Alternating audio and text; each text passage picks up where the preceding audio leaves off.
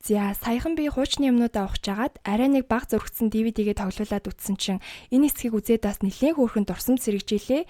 Хэрвээ та нар санаж байгаа бол зарим киноны ихэнд саяны интро маягийн зүйл явдаг байсан шүү дээ, тэ. Тэгээд өнөөдөр та нартай 2000 онд гарч ирсэн Charlie's Angels хэмээх бас нэгэн iconic киног товчлон ярьж өгөхөөр бэлтлээ. Мэдээж Charlie's Angels бол 2000-ад оны ихэнх үеийн хэм маяг болон өнх төрхийг тодорхойлсон акшн комеди төрлийн тухайн цаг үедээ нэлээд хөөрхөн шуугилдаг байсан кино төдийгүй эмэгтэйчүүдийн гайхалтай нэгдэл зоригтой байдлыг илэрхийлснээрээ онцлог билээ. Ингээд бичлэгээ эхлэхээс өмнө суугтаа лайк болон subscribe даж дэмжээрэй. Тэгэхээр кино маань онгоцон доторх нэгэн эрэгтэй хажуудах залуутайгаа учир битүүлэг зүйлийн талаар яриа өрнүүлж буйгаар эхэлнэ. Удалгүй энэ нь тэднийг онгоцонд бие биенээ танихад хэрэг болох код маягийн зүйл болох нь тодорхой болдог бөгөөд хамгийн гол нь хажуудах гар нь удахгүй дэлбэрэх тесрэх бөмбөг биендээ зүүцэн явж идэг. Гэтэл нөгөөх том биетэй залуу бөмбөгтэй гарыг юу юугүй чирж аваад ослын хаалгаар гарan чөлөөт уналт хийхтэн зэрэгцээд ойролцоох нисдэг тэрэгнээс нэгэн эмэгтэй титэнлүү чиглэн очоод за бараг нисээд байгаа мó хайшин тэ. Тесрэх бөмбөгийг нь амжилттайгаар амжиж салгаадахдаг. Тэгсээр доороо явж буй завин дээр газардтал саяны том биетэй залуу үнэндээ зүсээ ургасан үзэсгэлэнтэй сайхан эмэгтэй байсныг мэдэж авах болно. Ингээд бид киноныхаа гол дүрүүд болох ирч хүчээр дүүрэн Натали, авьяас чадвартай Алекс болон шулуун шудраг зантаа Дилан нартай танилцсанаа.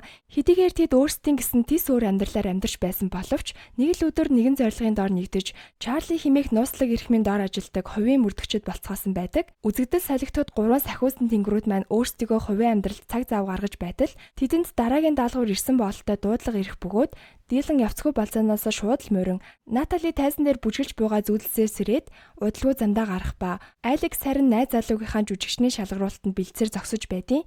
Мөн найз залуу нь түүнийг мөрдөгч биш гоо сайханч гэж боддог юм бэлээ. Ингээд тэдэн дээр босслиг их Чарлигийн баруун гар орж ирэх бөгөөд Чарлитай шууд холбогддог цорын ганц хүн буюу даалгавруудыг огтуд дамжуулдаг холбогч гүүр гэж хэлж болохоор удалгүй Чарлигаас ээлжид дуудлага ирэн Good morning, angels.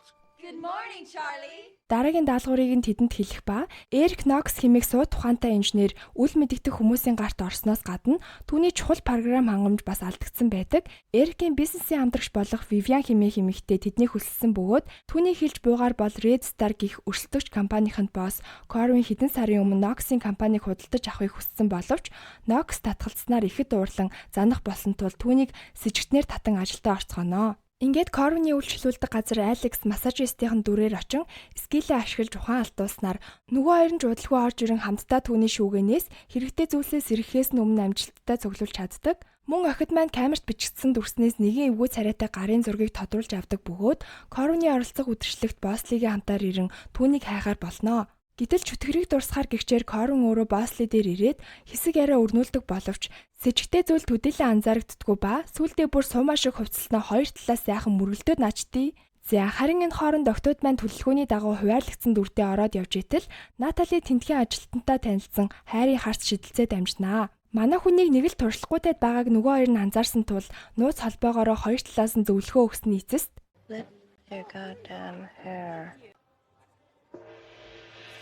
Бат араанд нь хийгээд хаягчлахгүй яах вэ?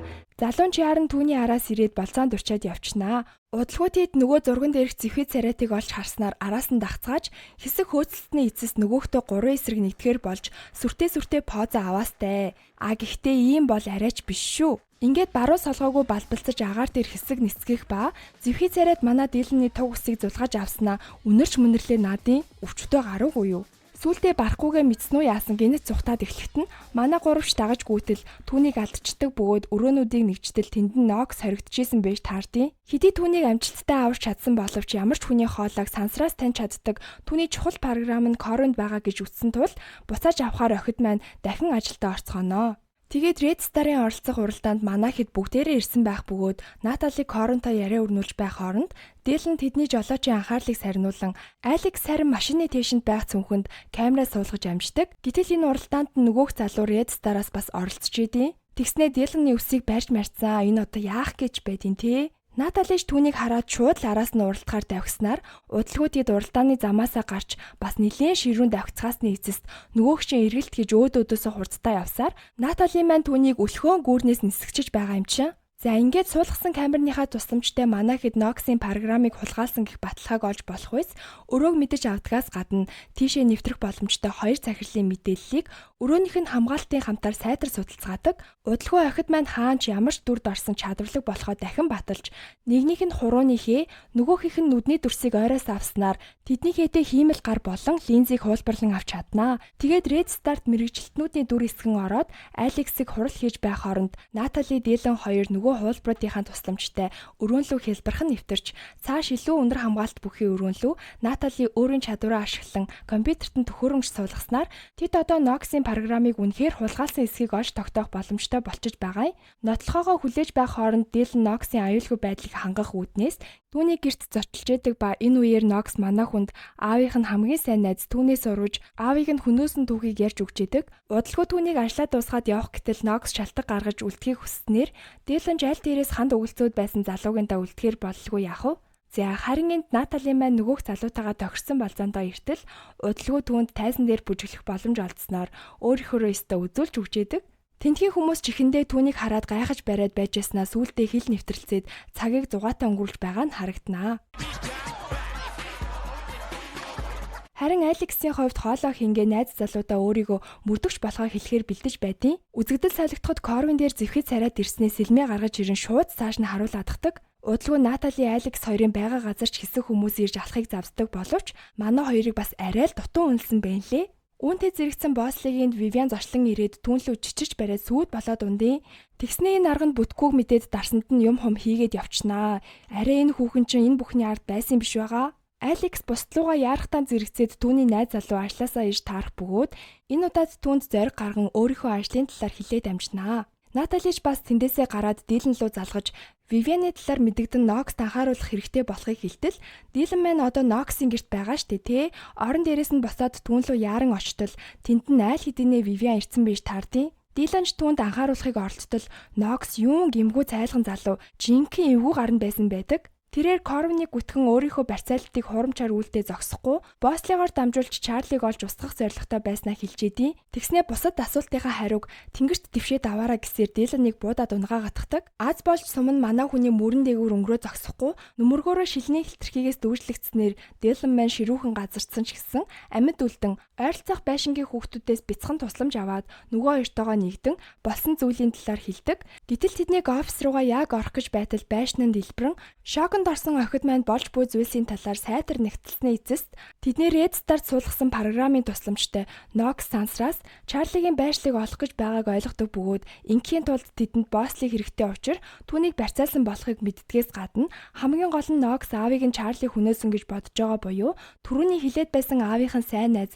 Charlie л байсан болж таарж байгаа юм л да. Гэтэл удалгүй Bosley өмнө суулгасан холбоогоо ашиглан тэдэнтэй холбогдож чадсанаар охидууд маань түүний хажууд дуурах шувууны тусламжтай ядах юмгүй Bosley-гийн хоригдож байгаа газрыг олцгоох болно. Ингээд манай хэд ч цаг алдалгүй боломжит замаар ирснээр Natalie Bosley лөө Alex сүлжээний хэсэг лөө харин Dillon Nox-той тооцоо ботхоор төлөвлөгөөндөө орцгоодог. Мэдээж Nox ганцаараа биш байх нь ойлгомжтой. Баахан залуусаар хүрээлүүлчихэд Dillon-ыг шууд сандалтаа хүлээдэгдэг. Харин Natalie Bosley дээр ирээд аврах гэж байхад нь түүний болцоод залуу цагаа олж залгаснаар даалгавар маалгавраа умартан давхцаад яриа зогсчтیں۔ Гэтэл удалгүй түн дээр Vivian хурч ирэн Natalie буцаад ажилдаа орж Bosley-г амжиж гаргаад Vivian-та үзэлцэж эхлэн шүү дээ.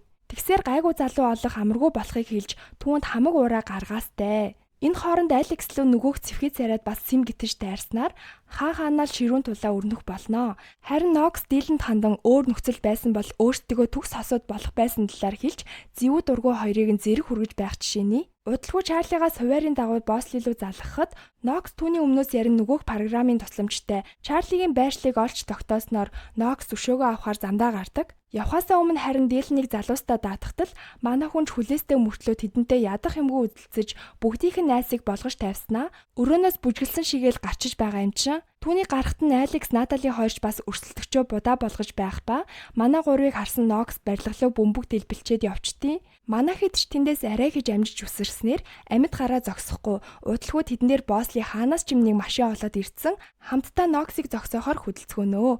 Ингээд түүний нисдэг тэрглөө сумаа зоож дүүжлэгдэж явсаар амжилттай дээш гарan Наталийн хөдөлгүүрийг салган Алекс Божингийн чиглэлийг өөрчилж байх хооронд Дилан Ноксоос хариугаа авч нүүрэн дунд нь хид цохиод амждаг. Харин удалгүй Ноксын явуулсан пуужин чиглэлийн өөрчлөлт буцаад ирэхэд нь охид маань амжиж үсэрч чаддаг бол Нокс нисдэг тэрэгтэйгээ өөрийнхөө хайсан бөмбөгөнд дэлбэрснээр манайхад эцэст нь дайснаа дарж даалгавраа биелүүлж байгаамаа. Үүний дараа тэд алдарт нууцлаг боссынхоо байшинлуун түүнтэй уулзахаас тис чадан тогтолсоор ортол харамсалтай Чарли хэдхэн хормын өмнө тэндээс явцсан байж таардаг. Гэсэн ч тэдэнтэй өмнөгшгөө холбогддгоороо холбогдсон Ноксын талаарх үнэн түүхийг ярьж өгчээдэг буюу Ноксын аав нь Чарлигийн тагнуулын салаанд давхар тагнуул хийж байгаад баригдсанаар нөгөө тал нь түүнийг устгасан болохыг хэлжээдэг. Ингээд манайхад Бослигийн хамтаар баяраа тэмдэглэж байх бол Чарли тэднийг ойролцоох газраас харан цааш явж буйгаар кино маань төгсдөг байгаа. За өнөөдрийн бичлэг маань таалагдсан гэж найдаж байна. Хэрвээ таалагдсан бол лайк болон subscribe дарахаа мартаоцай. Дараагийн бичлэгээр уулзтлаа. Бай.